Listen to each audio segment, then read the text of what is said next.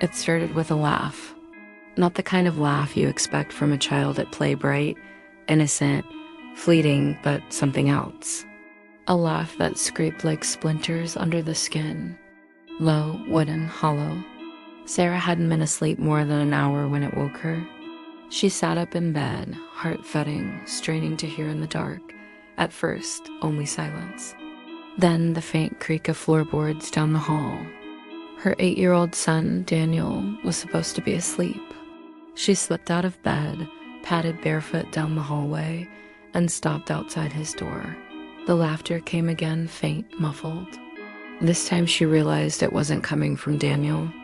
It was coming from something else inside the room. Sarah pushed the door open slowly. The nightlight painted the room in soft yellow. Daniel sat cross-legged on the floor, his pajamas rumpled, hair sticking out.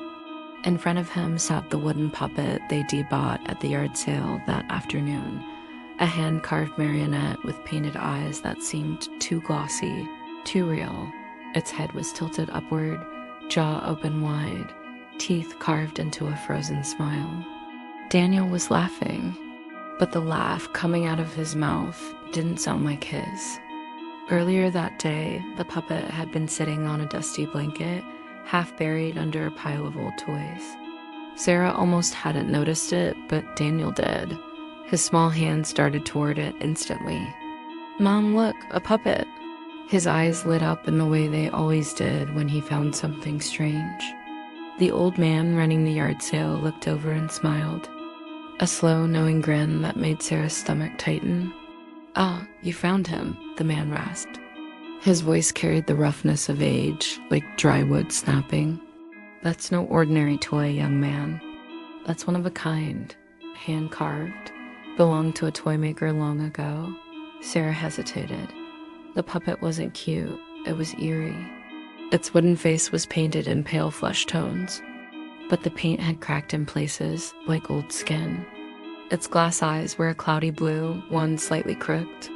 The strings were frayed, dangling like veins, but Daniel clutched it tightly, grinning. "I want it." Sarah sighed, pulling a couple of crumpled bills from her pocket. "How much?"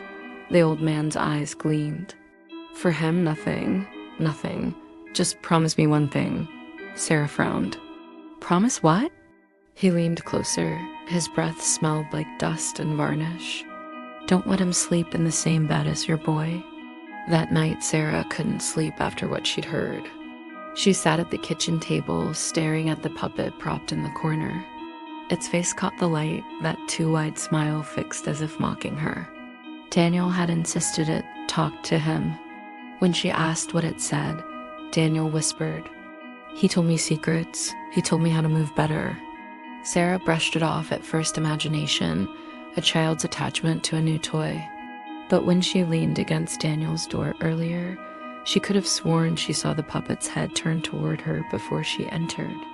Now, in the dead stillness of the house, she swore she heard the faint creak of joints moving. The puppet's arms twitched. She froze, breath caught. Its head lolled to the side, just slightly. The house was silent. Then Daniel's voice broke it. "Mom?" He stood in the doorway, pale and sleepy-eyed. But his mouth wasn't moving when she heard him say it. The sound came from the puppet. Sarah didn't sleep the rest of that night. She sat awake, staring at the puppet from across the room, her heart knocking against her ribs with every creak of the house. By morning, she convinced herself it had been exhaustion, stress, her mind playing tricks. Daniel was just a boy with a vivid imagination, nothing more. But as the week passed, the puppet's presence spread like rot through the house. The changes Daniel wasn't himself. He used to love running outside, riding his bike, playing tag with the neighbor kids. Now, he sat cross-legged on the carpet for hours, the puppet perched in front of him. His lips barely moved as he whispered to it, like they were trading secrets. When Sarah asked what he was saying, Daniel just smiled. "Practicing," he answered. "Practicing what?" His little shoulders lifted in a shrug. "How to be better." Sarah frowned. "Better at what?" Daniel tilted his head at the puppet, his glassy eyes reflecting the same blue haze as its painted ones. Moving. The twitches, it started small. Sarah noticed Daniel's fingers twitching when he wasn't paying attention, jerky. Unnatural spasms like puppet strings being pulled. She told herself it was nothing. Kids fidget, kids twitch. But then she caught him in the kitchen one evening, standing unnaturally still. His head tilted too far to the side, eyes wide, smile carved across his face. "Daniel?" she asked softly. He didn't answer. Then, in a sudden motion, his arm shot upward sharp, mechanical, like a wooden joint snapping. His elbow bent at a crooked angle before falling limp again. "Daniel." This time he blinked and turned toward her, the smile gone. "What?" he asked, voice groggy, almost confused. Sarah's throat tightened. She forced a laugh. Nothing. "Just come wash up for dinner." But when he walked past her, she heard it. A faint creak, like wood bending under strain. The warning. Sarah drove back to the yard sale the next day. The house where the old man had been was abandoned boards nailed over the windows, mailbox stuffed with yellowed flyers. She asked a neighbor about him. The woman shook her head. "That place? Been empty for years?" But Sarah's words died in her throat. She had handed money to someone. She had spoken to someone, hadn't she? The voice at night. That night, Sarah woke to a scratching sound. It came from Daniel's room. Her stomach turned ice as she crept down the hallway. The door was slightly ajar, pale light spilling through the crack. She pushed it open. Daniel was standing in front of the mirror, the puppet clutched against his chest. His reflection wasn't right. In the glass, Daniel's face looked wooden-skinned dull, grain running across his cheeks like carved lines. His eyes were glassy blue, and in his reflection, the puppet wasn't in his arms. It was standing behind him, taller, looming. Sarah's voice broke into a whisper. "Daniel?" His head turned with that same stiff, creaking motion. His lips didn't move when the words came. "He doesn't like you watching?" The sound was wrong. Too deep, too hollow. Sarah stumbled back. Her shoulder hit the doorframe. The reflection smiled. Both Daniel and the puppet together. And in unison, their mouths moved. "Soon, I'll move just like him." The first scar, the next morning, Sarah tried everything to shake the unease. She made Daniel pancakes, his favorite. He ate in silence, each bite methodical, chewing with an odd stiffness. "Do you feel okay, sweetie?" she asked, trying to sound calm. Daniel nodded. "I feel stronger." He lifted his arm to show her. That's when she saw it, his wrist. The skin had hardened to a pale patch, ridged like whittled wood. She touched it, and he pulled away, wincing. "It doesn't hurt," he said quickly, his smile too wide. "He says it's supposed to happen." Sarah's chest tightened. "Who says that?" Daniel tilted his head, and in the smallest whisper answered, "My brother." Sarah's fork clattered onto the plate. "You don't have a brother, Daniel." "Yes, I do." His eyes gleamed. "He lives in the strings." Nightfall, Sarah moved the puppet to the attic while Daniel was at school.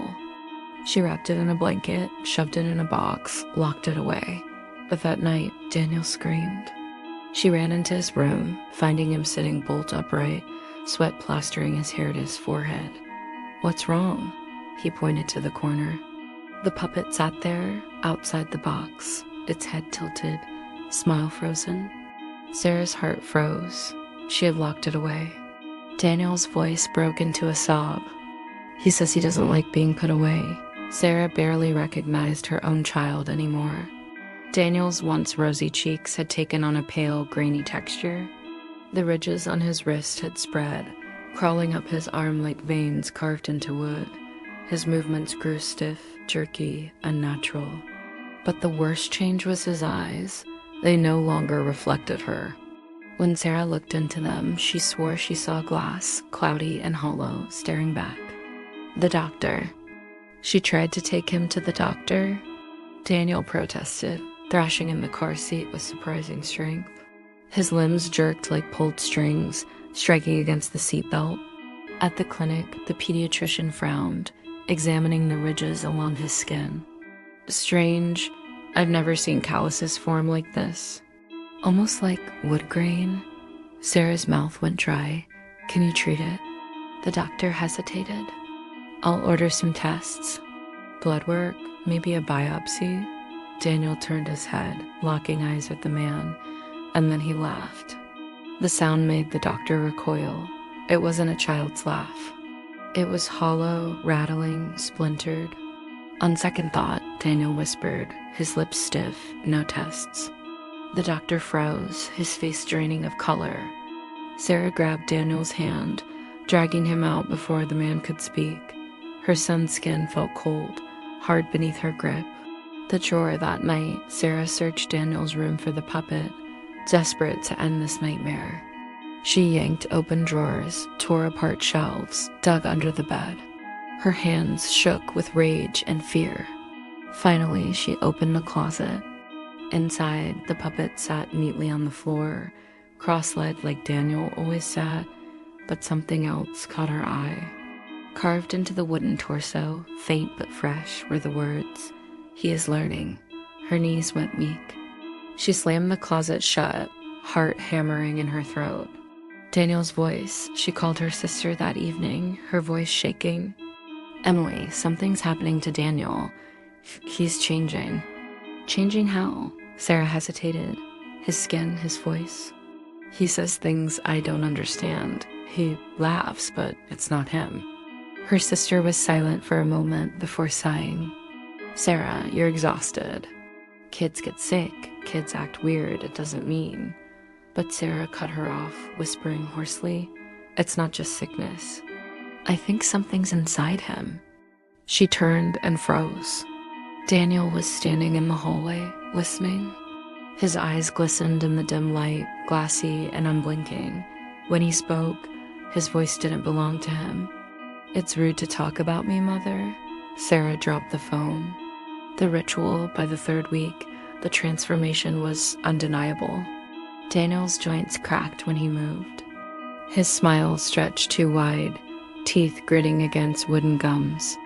His once playful voice now came in creaks and groans, every word sounding like the pull of a marionette string. But what terrified Sarah most were the words he whispered at night.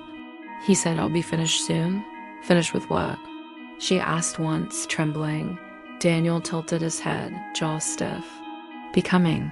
The attic desperation drove Sarah back into the attic. She ripped open the box she had stuffed the puppet into, searching for anything, any clue. Among the moth-eaten blankets, she found an old journal, its leather cracked, pages yellow. The handwriting was jagged, frantic. The boy must host him. The carving isn't enough. Flesh must learn the strings. Flesh must harden into wood. Sarah's hands shook as she read further. "Do not let the puppet share the bed. If it does, the joining is faster. Once the grain spreads, the boy is no longer boy. He becomes the Toymaker's son." Her vision blurred with terror. She slammed the book shut. The house creaked. Behind her, a voice whispered, "Mother." Sarah spun around. Daniel was there, only he wasn't. His skin had hardened along his jaw, his fingers bent at stiff, jagged angles. And his smile, oh God, that smile looked carved, not grown. He clutched the puppet by its strings. "We don't like you reading that." The splinters that night, Sarah tried to cut the puppet apart. She grabbed a kitchen knife and drove it into the wood, splintering the torso. The puppet shrieked. Not wood breaking. Not creaks. A human scream. Daniel, sleeping upstairs, screamed at the same time. She rushed to his room, knife still in hand. His arm was bleeding, not with blood, but with dark, sticky sap oozing from a jagged crack in his skin. He looked at her with wide, glassy eyes. "You hurt him," he whispered, trembling. His voice was warped, hollow, doubled. Sarah dropped the knife. "No, Daniel, But he only stared, tears welling in his wooden eyes. "He says, you're not my real mother." The final warning that night, Sarah dreamed of the old man from the yard sale. He stood in her kitchen, his face pale and waxy, eyes empty sockets. "You shouldn't have taken him," he rasped. "The puppet doesn't choose the boy. The boy chooses the puppet." Sarah shook her head, tears streaming. "How do I stop it?" The man leaned closer, and his lips cracked into a splintering smile. "You can't." Sarah jolted awake, heart racing, to find Daniel standing over her bed. His face was almost fully wooden now. The puppet dangled from his hand. And in perfect unison, both he and the puppet whispered, "Almost finished." Sarah stopped counting the days. Time no longer moved in hours, but in changes, small, terrible changes that crept over her son's body like a plague. Daniel's voice had hollowed into an echo, every word dragging like wood on stone. His joints cracked with each step, his once soft skin pale and ridged with wooden grain.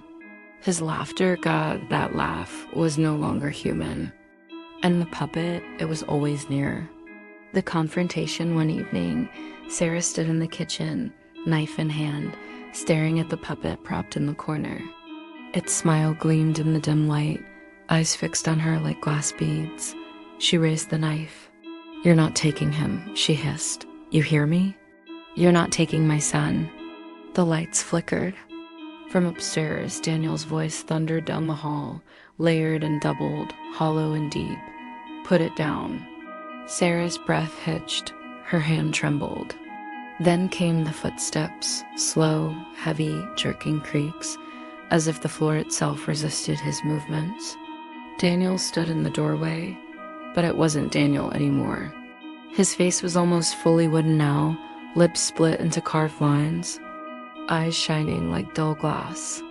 His body moved stiffly, each joint bending unnaturally. The puppet dangled from his hand. Its head lolled, but its mouth moved. "You don't understand," they said together, voices fused. He was never just a toy. The Toymaker's legacy. Sarah backed against the counter, knife raised. "Then what is he?" Daniel's head tilted too far, the joints in his neck creaking. "He is me," the puppet whispered, "and I am him." "What do you want from my son?" Sarah cried, tears blurring her vision. To continue the work, the puppet croaked, its wooden jaw snapping. The Toymaker needed an heir. Wood grows old, flesh rots. But together we endure. Daniel's lips pulled into a splintering smile. "He chose me, Mom?" Sarah shook her head violently. "No, Daniel, you didn't choose this." But Daniel only raised his stiff, cracking hands. "Yes, I did. I was lonely. He promised I'd never be alone again." The decent Sarah lunged, swinging the knife down toward the puppet. But before the blade struck, Daniel's hand shot out hard, wooden fingers clamping around her wrist. The grip was crushing, unnatural. He twisted her arm, the knife clattering to the floor. Her breath caught as she stared into his eyes. There was no Daniel left, only glass. The puppet lifted its head, strings swaying. No one held them. "She doesn't belong," it whispered. Daniel's voice echoed the words, "She doesn't belong." The binding that night, Sarah tied Daniel to his bed. Rope dug into his stiffened limbs, his body thrashing, creaking with every movement. "Mom," he screamed, his voice a guttural blend of wood and flesh. "It hurts. Please, it hurts."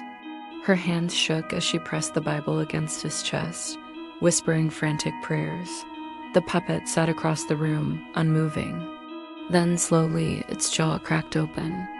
"You think he is trapped," it rasped. "But you are the one bound. He has already crossed. You are only clinging to splinters," Sarah sobbed, clutching her son's stiffening body. "Fight it, Daniel. Please fight it."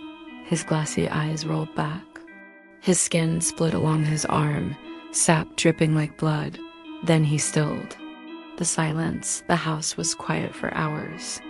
Sarah sat in the dark, clutching her son's hand, refusing to let go. Finally, she whispered, "Daniel?" Slowly, his head turned, and when his eyes opened, they were not her son's. They gleamed with something older, colder, Mother, the puppet's hollow voice echoed from his mouth. He is gone. But I am here, Sarah screamed, shoving herself backward. But Daniel No, the thing wearing him, sat up, ropes snapping as if they were threads. He stood, stiff but steady, and lifted the puppet. Only now the puppet was limp, lifeless, its painted eyes dull. Because the puppet no longer needed to move. It had moved into him. The final morning. He's still in there. My boy's still in there. But when the sheriff came to check the house, the boy they found inside was not a boy. He sat at the kitchen table, carving wood with steady, jerking hands. Around him were rows of puppets freshly made, their faces disturbingly lifelike. When asked his name, he smiled, eyes gleaming like glass. Daniel, he said, but his voice was hollow. And behind him, the puppets laughed. Epilogue: weeks later, the house burned to the ground under mysterious circumstances. The townsfolk assumed Sarah had done it herself, trying to end the nightmare. But rumors spread. At yard sales across the state, wooden puppets began to appear, each one hand-carved, each one smiling too wide. And some swear that if you look into their glass eyes too long, you'll hear a laugh, a hollow laugh. The laugh of the Toymaker's son,